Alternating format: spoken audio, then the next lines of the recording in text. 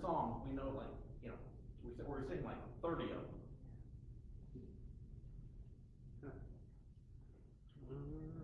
We are live. All right, we are up with that class. Let's go ahead and start with first verse of 406. 406. Just a closer walk.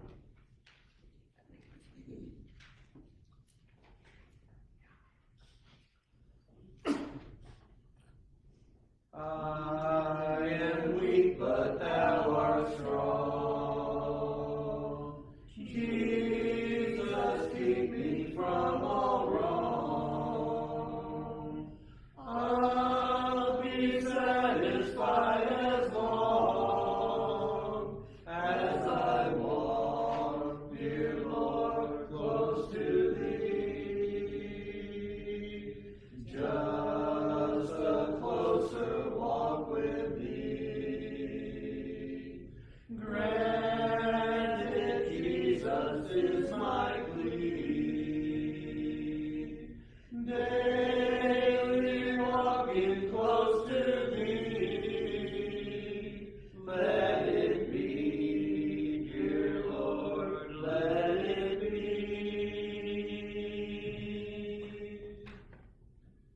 Let's pray.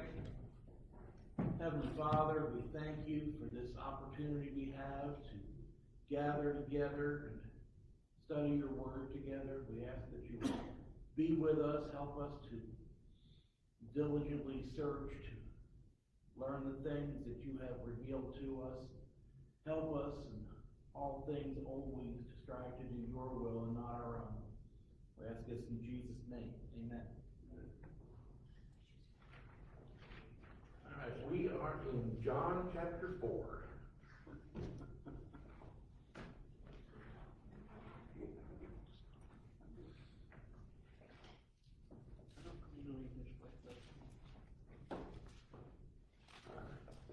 We left off at verse 43.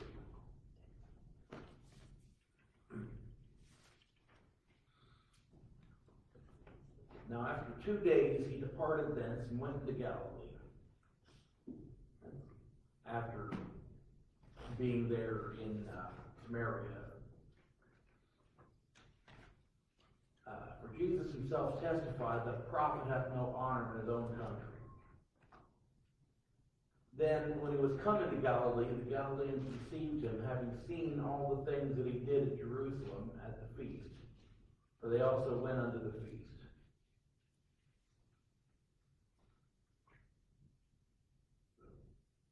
Notice the same pattern we have. People saw the miracles, the signs, and from that they wanted to learn more, hear more, because they knew that this person came from God, and it's not just, anybody can say, I got a message from God, but you have to prove it. That's how they proved it. So Jesus came again into Cana of Galilee, where he made the water wine. Back to chapter 2. And there was a certain nobleman whose son was sick at Capernaum. Now, King James said nobleman there. Anybody have anything different in other translations? Royal official. Yeah, the root word for there is the same word for kingdom, castle, something like that. Basilicos. Yeah, you got St. Peter's Basilica. That's same root words. So that doesn't seem like the kind of thing that would be applicable to your typical Jew there. You would have your, you hear about Pharisees, you hear about Sadducees, you hear about the, priests. You don't hear that kind of word. So it leads you to believe this is a Gentile here. When he heard that Jesus was come out of Judea into Galilee, he went unto him and besought him that he would come down and heal his son, for he was at the point of death. Then said Jesus unto him, except ye see signs and wonders, ye will not believe. Now, this is a passage that similar things said a couple different ways, and it really gets misused today. You got a lot of people who believe in modern day miracles, and they see, some of them say, well, this is what it takes to believe. If you say there's no miracles, then you can't have belief. And the other ones that saying that,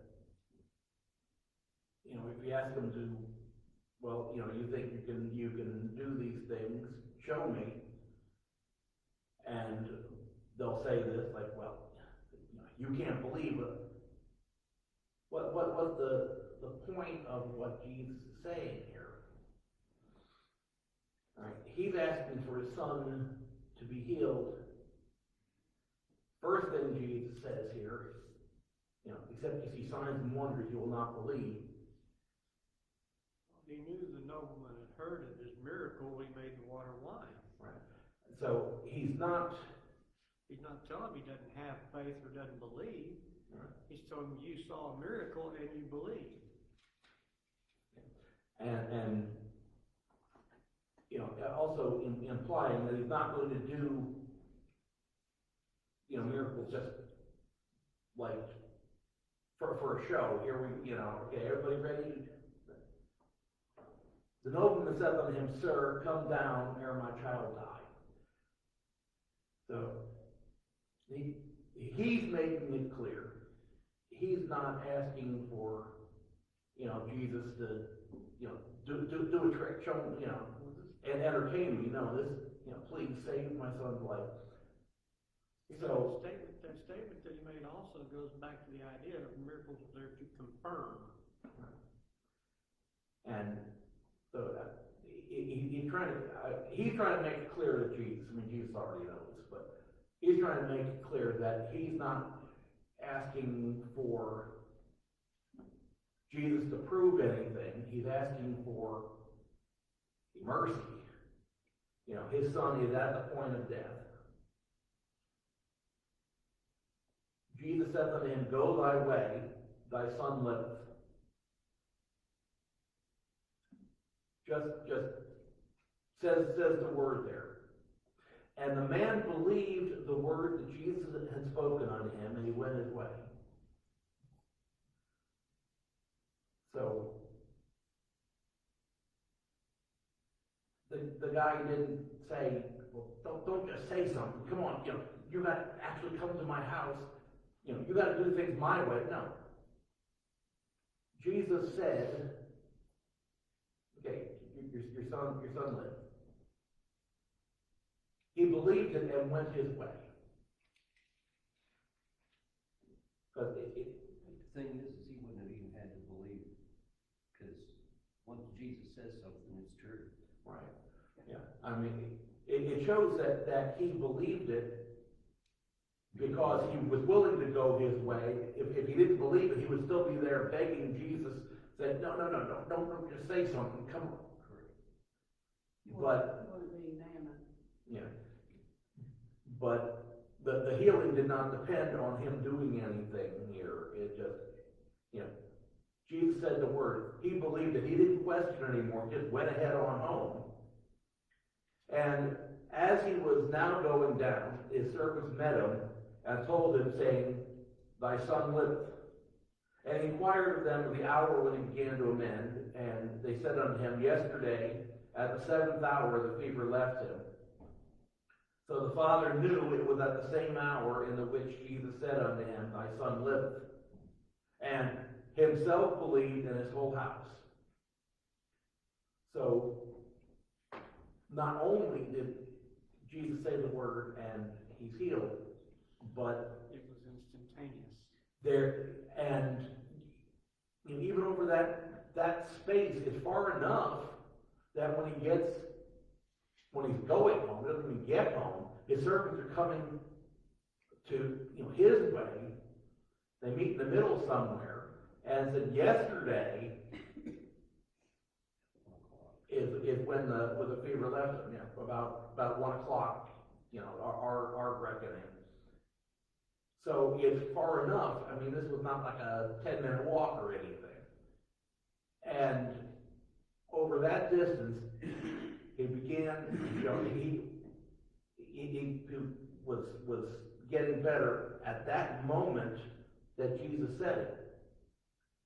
So what is the result of that besides the boy getting better? The end of verse 53. He believed and his whole house, because if somebody is sick to the point of death, can they get better? Sure. Yeah, you know, it's possible. It's not that likely. That's why you refer to it, you know, as being someone being that sick. But for him to get better at the same time that Jesus said the word, they know this is a miracle. So the whole household believes that Jesus is from God.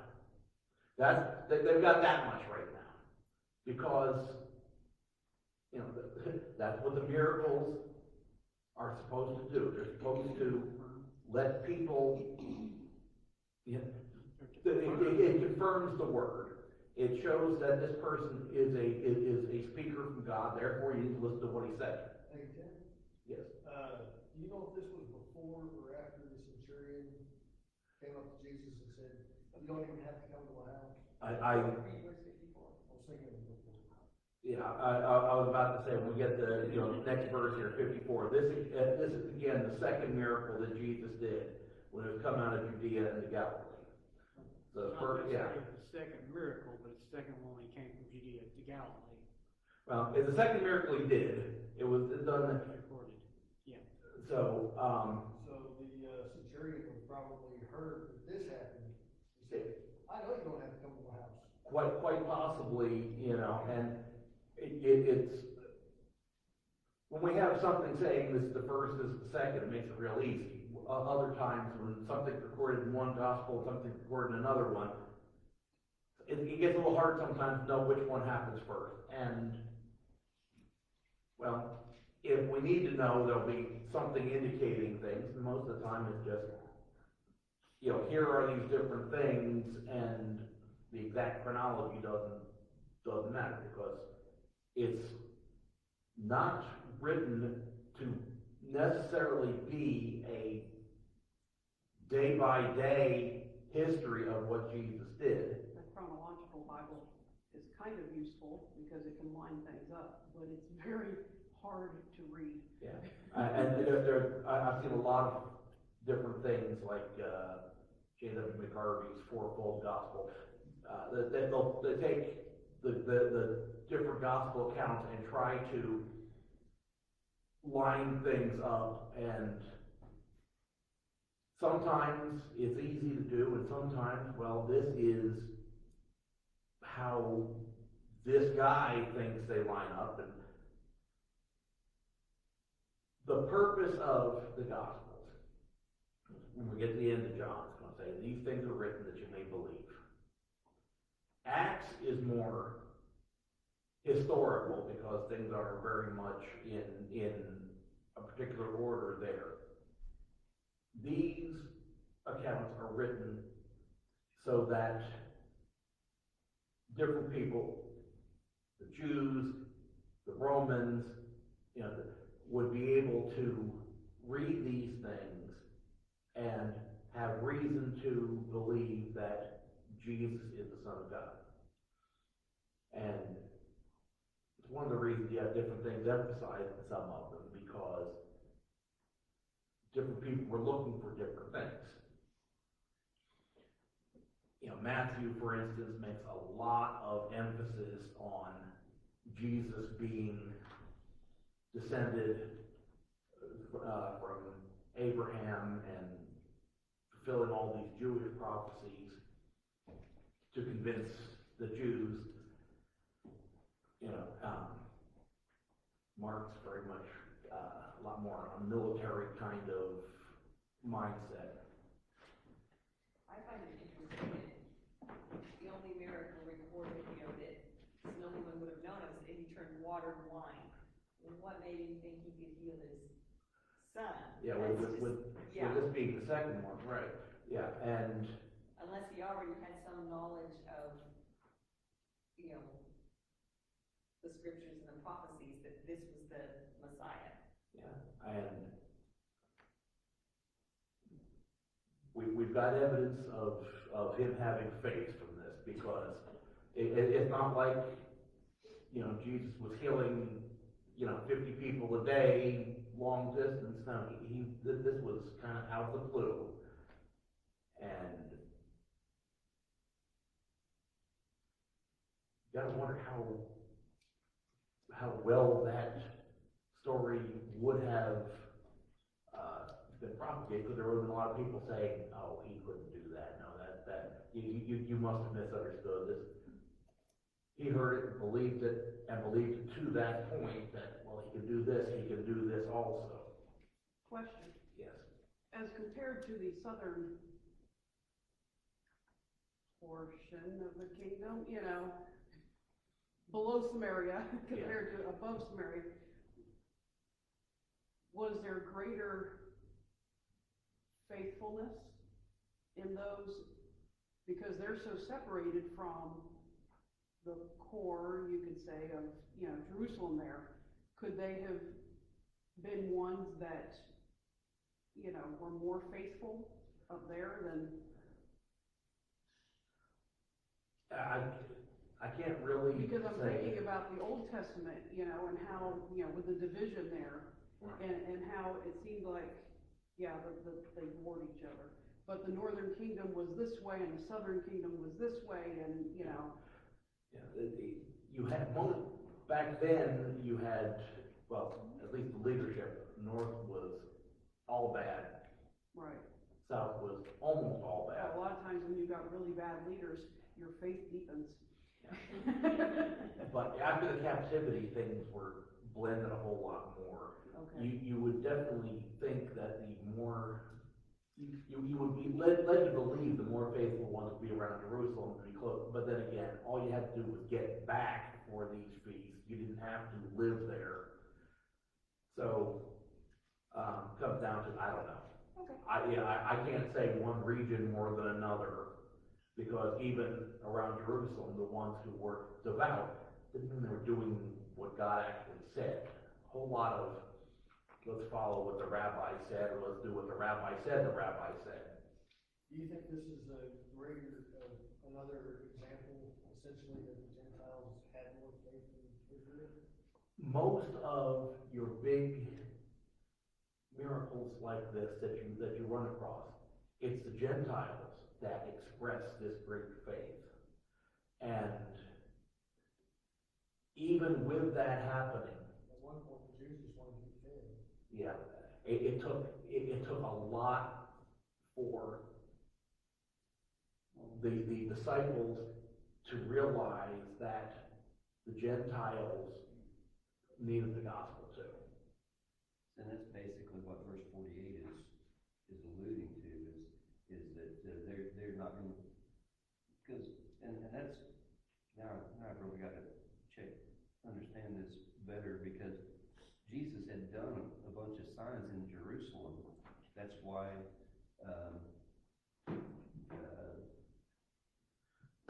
Verse 54 says, Nicodemus came to him. verse 54 refers to this as the second miracle, but there may have been some other things that didn't fall into that category. Some other kind of signs or whatever Because that's why Nicodemus came to him at night, because of the signs. And, he says, no man can do these signs except for, to be from God. So, obviously, he's done something. other things. So you wonder, like you said, it's the magnitude of it.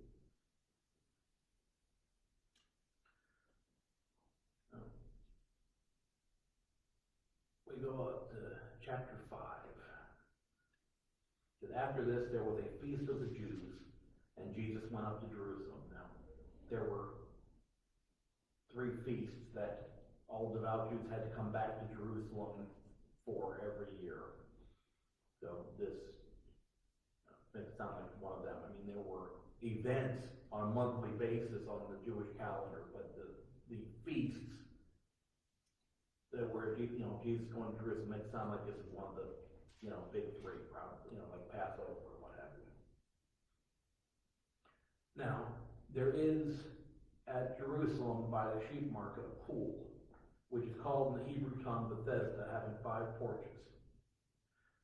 Now, in these lay a great multitude, King James says, of impotent folk, powerless, feeble, blind, halt, withered, waiting for the movement of the Lord. King James has a verse 4 here that a lot of your newer translations don't have. Because a lot of the manuscripts that have been found since the translation that King James didn't have this verse in there. So it's believed that this was kind of like somebody's margin notes that eventually got copied, not in the margin, but right in the text. It says, for an angel went down at a certain season into the pool and troubled the water. Whosoever then first, after the troubling of the water, stepped in, was made whole of whatever disease he had. Now, the important thing here is it's pretty clear from the text that this is what people believed. It's not necessarily the case that something like this was actually happening, but people believed that the first one to get in the water got healed, because we can read what the people's reactions are to things in the next few verses. Verse 5, a certain man was there which had an infirmity 38 years.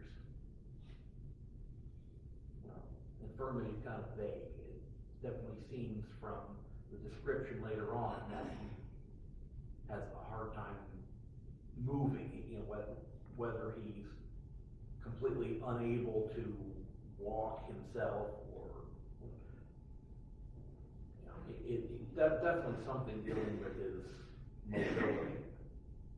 When Jesus saw him lie and knew that he had been now a long time in that case, he said unto him, wilt thou be made whole? A lot of people around, according to the way it's described here, but Jesus saw this guy and knew that this is not a recent event. This is something that had been going on for years.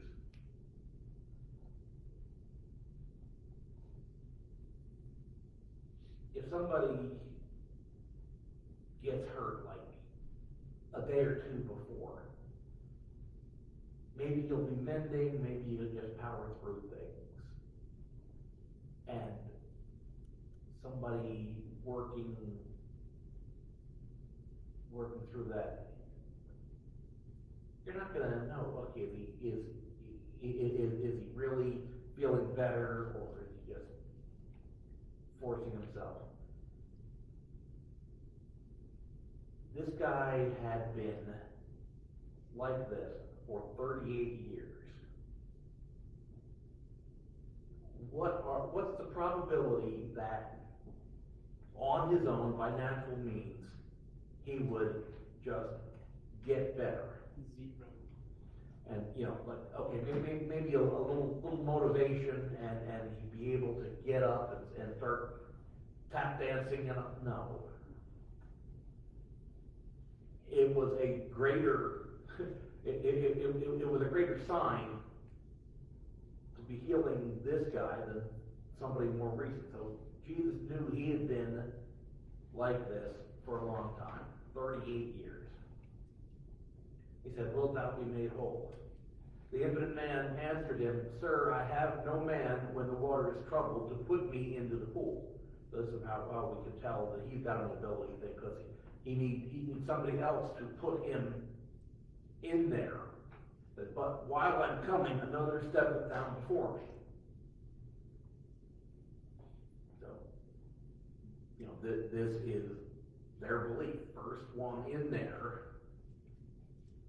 It's funny, I just read an article somewhere. And this story this account was part of the article. It said 38 years and not one person took pity on him to lower him down into the water. Wow. He had no one there. He had no family. He had no friends. He had no one who was willing to help him do this until Jesus came along. That puts it in perspective, doesn't it? You know, one time in 38 years, it's like, you know what, you go first. Right.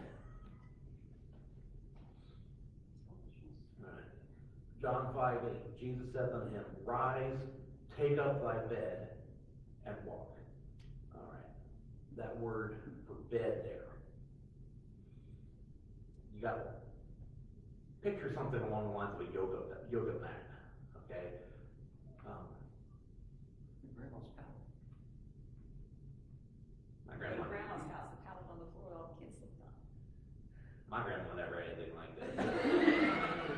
Yeah, so, I mean, so You have no grandkids. it really, yeah, I was an only child, okay? All right, so when he's got this little mat, this pad that he's there laying on, Jesus tells him to get up, take that and walk. You don't need that anymore. You're not going to be laying here anymore. And in the course of time, the guy eventually regained his strength and his health. I don't think so, said it. No. Immediately, the man was made whole and took up his bed and walked. Is there any non-miraculous explanation for somebody who is unable to get around 38 years now? He's able to immediately get up. He must have sent Benny Hinn some money. His leg muscles would be so atrophied that there would be no way he would ever be able to. Right. I mean, Well, and the neural pathways wouldn't be there, either in his brain or his body. We had a biology professor teaching a Bible class, and he was talking about the miracles and how many of them, that even then they knew that, you know, when you were healing from an injury and you sat, that Muscles. you do not jump up and walk. You do not jump up and jump and run. If you're blind, you don't see immediately because your brain doesn't know how to see. right. And okay, the passage where Jesus laid his hands on a blind man, and he said that he could see people walking like trees, and Jesus touched him again, and then his eyes started working, but he didn't know how to process all that. We have medical accounts of things like that happening now, where they're able to repair these damages, but the brain needs to retrain how to do those things. They wouldn't have been able to do those things back then. They would not have had the medical knowledge to be able to heal these. So Back then, they would have put an eye salve on there that's like a laminate oil, right. and then covered them, and then 10 days later, opened them up and took another look at them, and probably laminated them again. Yeah. So what's the point of that passage? That's for us, because we now have the medical knowledge that if you heal the eyes without healing the brain, this is what's going to happen. So the people then wouldn't have known it, but that fits with modern medical knowledge. So I'm not going to charge extra for that one. So this man here in John 5:9 was immediately made whole, took up his bed, walked. Now the last part of this is going to be significant, and on the same day was the Sabbath. The Jews therefore said unto him that was cured, It is the Sabbath day, it is not lawful for thee to carry thy bed. I like what the guy tells me. Yeah. They were so strict on what you could and could not do on the Sabbath.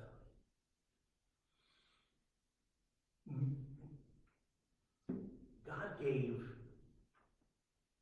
a kind of general concept not to work. Well, what actions constitute work? These guys went and said, well, this does and this doesn't. So the fact that they say he couldn't do, that means he had to have been there by that pool at least since the previous day. Because otherwise people would have been yelling at whoever was with him for bringing that, the mat there on the Sabbath. Verse 11, he answered them, He that made me whole, the same said unto me, Take up thy bed and walk. So, You think he had to carry his bed from then on? that what? Do you think he thought he needed to carry his bed from then on? Probably not. He was probably sick seeing that thing. But he's got a really good response here. Yep. He was bold. The one that healed me said to do this. Well, somebody demonstrates that they have this power. They've got authority from God. He says, pick up my bed and walk. I'm going to pick up my bed and walk. I'm not going to go argue with this. I'm going to go, well, who do you think you are? Then they asked him, what man is this? It is that which said unto thee, take up thy bed and walk. Who would dare go against our way of doing things? And he that was healed wist not who it was, for Jesus had conveyed himself away, a multitude being in that place. So there were a lot of people around, is what it's saying, and it doesn't sound like he knew Jesus by name, and he couldn't say, well, it was that guy over there, because there were so many people, he couldn't see him. It was some guy, Why aren't the Jews saying, dude, you've never walked before. These guys were... You mean like reacting the way that you would expect them to Yeah, react? because the guy's walking for the first time in, 38 years, and... Yeah, they're not focusing in on the fact that this guy was obviously miraculously healed instantly. No, it's like, what are you doing? What are you doing carrying that mat? You're defying us. Yeah. Is the way it, They were so if- blinded by their traditions. Yeah. If only one of the ancient rabbis said that complaining was work, it would have been, everything would have been so much better, because then there would have been these fights on the Sabbath. But yeah, their traditions had them so blinded they could not see the greater thing that had happened here. Yeah. I mean, the point that we get, all right, logical argument here, only somebody sent from God to do these miracles. This is a miracle, therefore Jesus is from God. Jesus being the Son of God, that's going to take more than this, because there were other people. But at least that much, and so if he's from God, we need to listen to what he says. The way that the Pharisees and the Sadducees saw things, our way of doing things says that you can't do any work on the Sabbath. Healing feelings work, carrying your mess work. Therefore, these people are awful, horrible sinners because they're going against not what God said, the traditions of their fathers. And this is one of the things that blows me away. How many religious groups today make a big deal on following their traditions? Even some of them that say, oh no, we put away these traditions. You know, well, you got these other ones. Well, yeah, but those are okay. I'm just saying, what does the Bible say? Because lots and lots and lots of accusations are going to come against Jesus about breaking the Sabbath. Never did Jesus go against what God said, but very, very often broke the traditions of their fathers. There's anybody ever hear of the Talmud? It's these ancient Jewish writings made up of two parts, the Mishnah and the Gemara. The Mishnah is essentially a commentary on the Old Testament. The Gemara is basically a commentary on the Mishnah. It's what the rabbi said about what the rabbi said. And that was where they went for their authority on these things. It was like a creed book.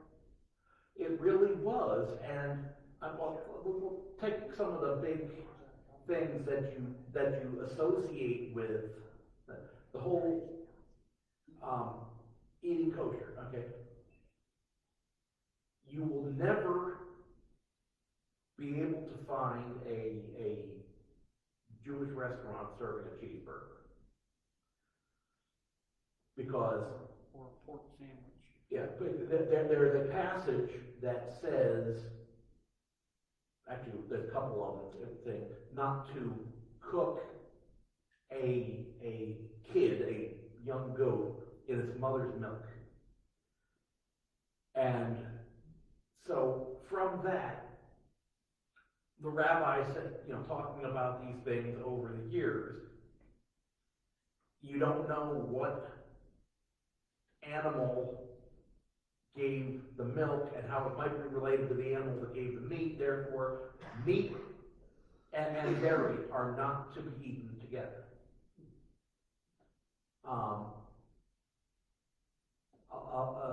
Your strict Jewish households will a lot of times have 2 sets of dishes, 2 sets of silverware, so that Two different refrigerators. you don't have to worry about any little particle of meat accidentally coming into contact with something with a dairy component. And if you look, stuff's marked, if kosher dairy, well, it's like, okay, you can eat that, but not with this. If they're wealthy, my mother used to work for this doctor, and she'll tell you some stories about that. Jewish, and well, the doctor, they had some money. They had 2 kitchens in his house to keep meat and milk from accidentally coming into contact. Okay? What does that verse actually mean? We know from archaeology that some of the people in that area would be worshiping these fertility gods by offering a goat that, instead of it nursing from its mother's milk like normal, it was boiled in that as an offering for fertility. Those verses have nothing to do with dietary practices. It's talking about idolatry. But because people aren't looking at what God actually said, they're looking at what the rabbi said. Well, we need to not do this. Well, okay, to make sure we're not doing this, we need to have extra dishes and extra and more space. This is where so many problems came from, is that they looked at what other people were saying about it instead of looking at what the Bible actually said. Guess what? Some things don't change. Well, if they had been around during the days when the law of Moses was written, they would have understood. Right? And, even so, people can look at this, they could have looked at it in Jesus' day, they could have looked at it in our day. But people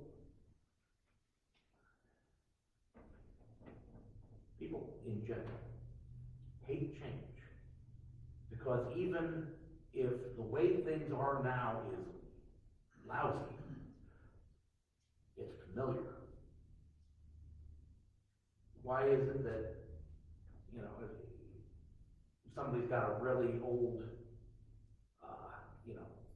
recliner in the living room, got, springs starting to poke through, why don't they get rid of it? Well, they know where the springs are in that one. It's familiar. Okay, well, a new one wouldn't be poking through, but yeah, I like the way this feels. It's the same situation. I hope I did not step on any toes.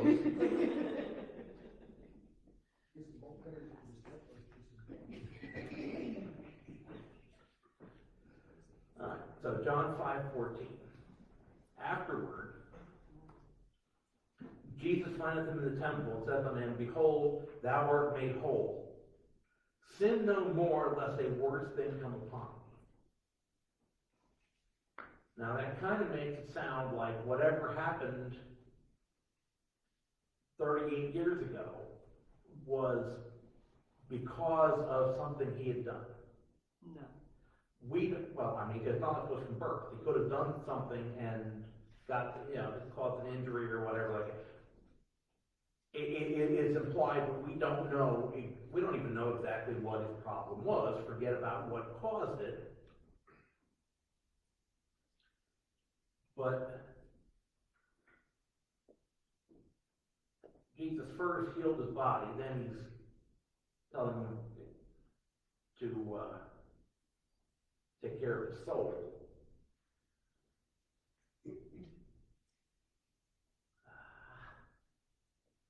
I was just getting my throat cleared. Okay. We'll go ahead and do verse 14 next time. Is there any other comments or questions before we go ahead and close? Well, I was wondering if, Jesus came to him basically knowing he didn't know who he was and he'd been questioned. He said, so he comes to him and talks to him again about it. So now he knows who he is, he can go back and. Yeah, he's definitely going to know afterwards. It's not recorded that they had the conversation. Hey, by the way, you didn't tell me your name. But you know that some part of that happened because of what we'll talk about next week.